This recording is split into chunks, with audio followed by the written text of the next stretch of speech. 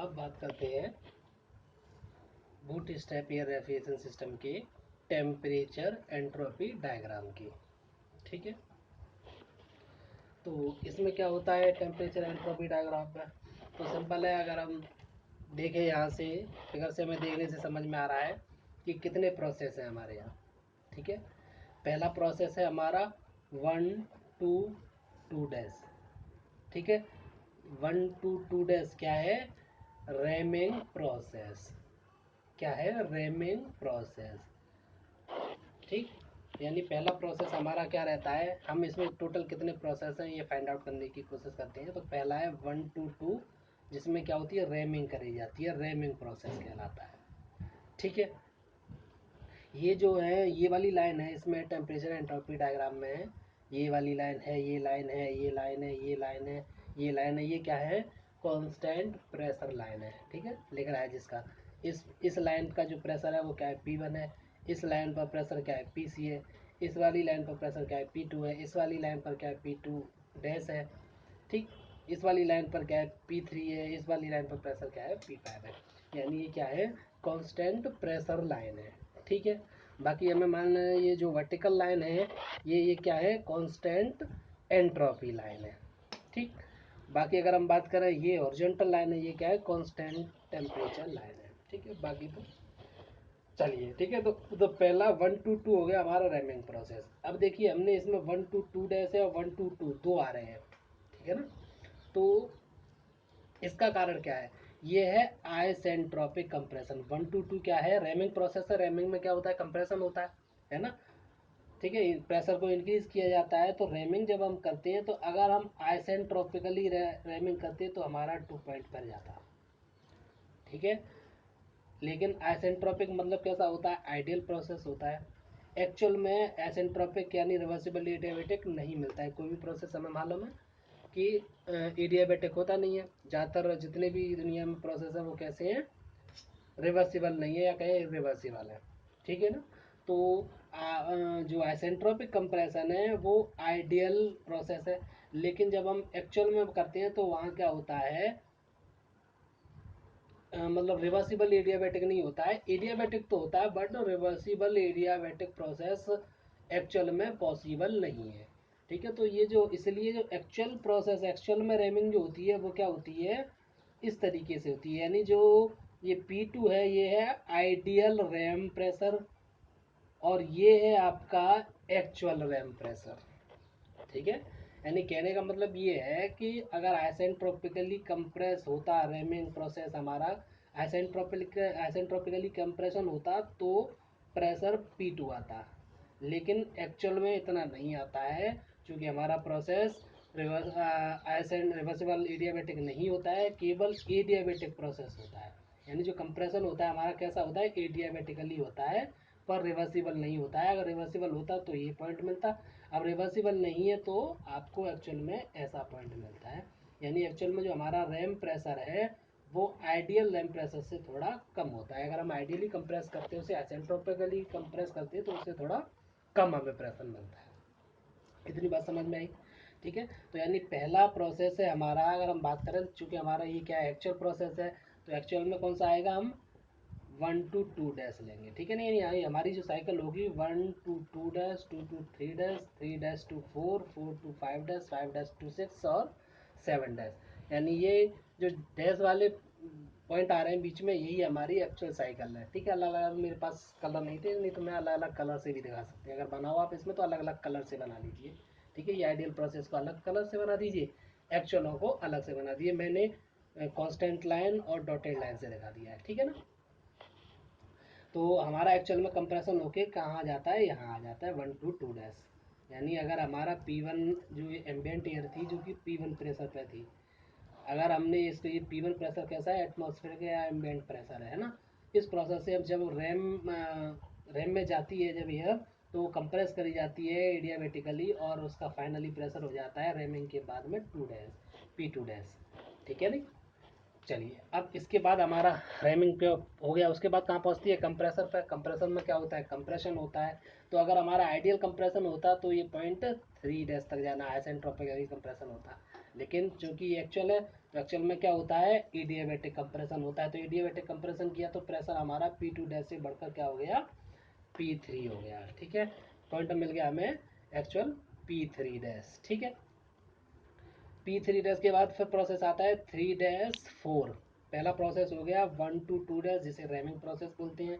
दूसरा प्रोसेस है गया 2 डैश से 3 डैश जिसे हम क्या बोलते हैं, आइसेंट्रोपिक एडियाबैटिक कंप्रेशन प्रोसेस कहते हैं। ठीक है, उसके बाद आता है 3 डैश टू 4।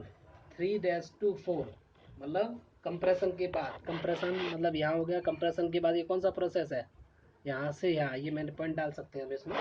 तो ये वाला प्रोसेस है यहाँ से यहाँ, कौन सा हो गया, 3 डैश टू 4। 3 डैश टू 4 क्या होता है, कूलिंग प्रोसेस होता है। कूलिंग में क्या होता है, टेम्परेचर कम होता है। देखें तो अगर टेम्परेचर यहाँ हमारा कुछ था यहाँ, और अगर हम 4 पे आए तो टेम्परेचर हमारा घट जाता है। ये क्या है, 3 to 4 क्या है, हीट एक्सचेंजर 1 में cooling process, cooling at heat exchanger 1।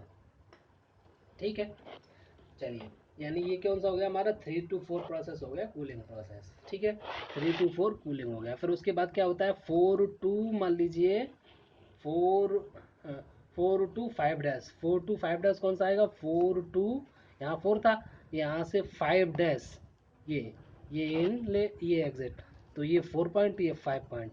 तो 4 से 5 में क्या हो रहा है, कंप्रेशन हो रहा है सेकेंडरी कंप्रेसर में। तो 4 to 5 डैश क्या आता है हमारा, एडियाबेटिक कंप्रेशन प्रोसेस होता है, जो कहाँ होता है, सेकेंडरी कंप्रेसर में होता है। यानी जो हमारा हीट एक्सचेंजर के बाद जो प्रेशर P3 था वो क्या है, और बढ़ के P5 पर हो जाता है। ठीक है, ठीक, ये पॉइंट मिल गया हमें P5। अब P5 से बात करें हम, P5 से 6, P5 से 6 कौन सा प्रोसेस हो जाएगा, उसमें क्या हो जाएगा, constant pressure heat rejection process और cooling process at heat exchanger 2। 5 to 6, 5 to 6 क्या है, heat exchanger 1, heat exchanger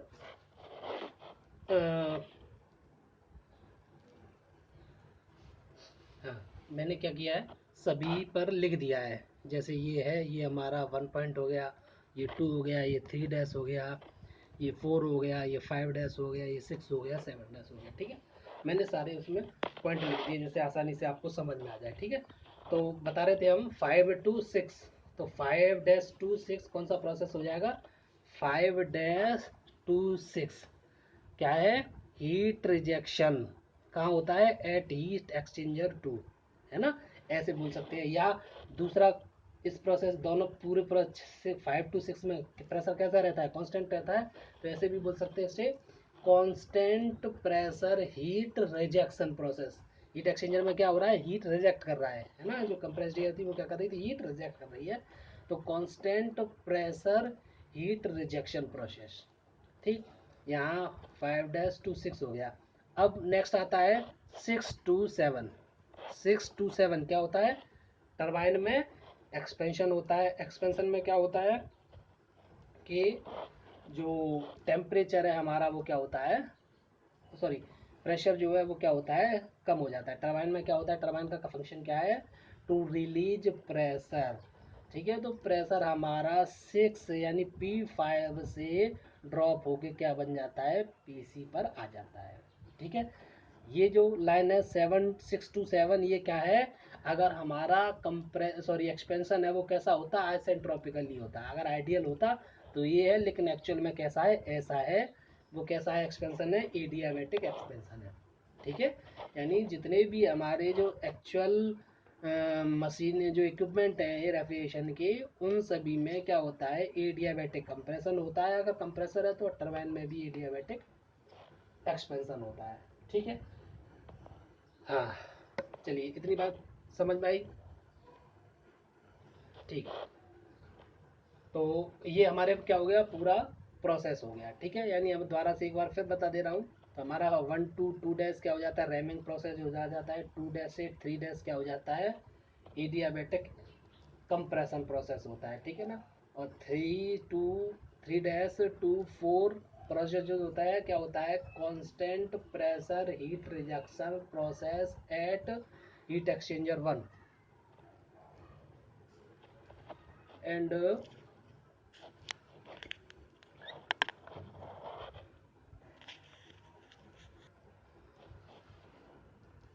4 to 5 dash क्या होता है, 4 to 5 डैश होता है हमारा adiabatic compression at secondary compressor. ठीक है। नेक्स्ट 5-to 4 क्या होता है, constant pressure heat rejection process, constant pressure heat rejection process at second heat exchanger. ठीक है। नेक्स्ट क्या होता है 6 to 7 dash constant sorry adiabatic expansion process in turbine. ठीक है। यहाँ जो P1 है इसे हम बोलते हैं, मैंने ये लिख दिया अगर ध्यान दे रहा हो तो, आपको दिखाई दे रहा हो तो, नहीं तो आप, मैं बोल रहा हूँ आप ध्यान दीजिए। P1 जो होता है वो होता है एम्बियंट प्रेशर। P2 जो होता है उसे बोलते हैं ideal RAM pressure. P2 dash को हम बोलते हैं एक्चुअल रैम प्रेशर। P3 को बोलते हैं हम, P3 को हम बोलते हैं primary compressor, primary compressor pressure. ठीक है। P5 को हम कहते हैं सेकेंडरी कंप्रेसर प्रेशर। ठीक है। और P6 को बोलते हैं हम केबिन प्रेशर। P6 कौन सा होता है, केबिन प्रेशर, यानी जिस केबिन को हमें ठंडा करना होता है, जहाँ हमें जो एयरक्राफ्ट है उसकी जिस केबिन को हमें ठंडा करना होता है उसका जो प्रेशर होता है वो PC होता है। ठीक है। और ये जनरली क्या होता है, एटमॉस्फेयर प्रेशर के लगभग बराबर होते हैं, कहीं नॉर्मल प्रेशर होता है। ठीक है। इन पर मैंने आपके डाल दिए, मतलब 1 to 2 डैश कौन सा होगा हमारा रैमिंग प्रोसेस होगा, 2-to 3 डैश क्या होगा, compression process at primary compressor या मेन कंप्रेसर। 3-to 4 जो हमारा प्रोसेस होगा constant pressure heat rejection process at heat exchanger 1। 4-to 5 dash होगा हमारा compression process at secondary compression, secondary compressor. Next होगा 5-to 6 constant pressure heat rejection process at heat exchanger 2। ठीक है। Next 6-to 7 dash हमारा होगा expansion process. और ये जहाँ यहाँ क्या हो जाएगा फाइनली, जो हीट 7 डैश पर जो आएगी हमारी, 7 डैश पर जो एयर आएगी, जो कूल एयर होगी उसे हम केबिन में भेज देते हैं, जिसका प्रेशर क्या कहलाता है, PC केबिन प्रेशर कहलाता है। ठीक है। तो ये है पूरा आपका boot strap air refrigeration system का डेमोस्ट्रेशन पूरी डिटेल। ठीक है। यहाँ आपका ये चैप्टर जो है एयर रेफ्रिजरेशन सिस्टम खत्म हो जाता है, आपसे आपके सिलेबस से रिलेटेड सारी चीज़ें हमने कवर अप कर ली है। ठीक है।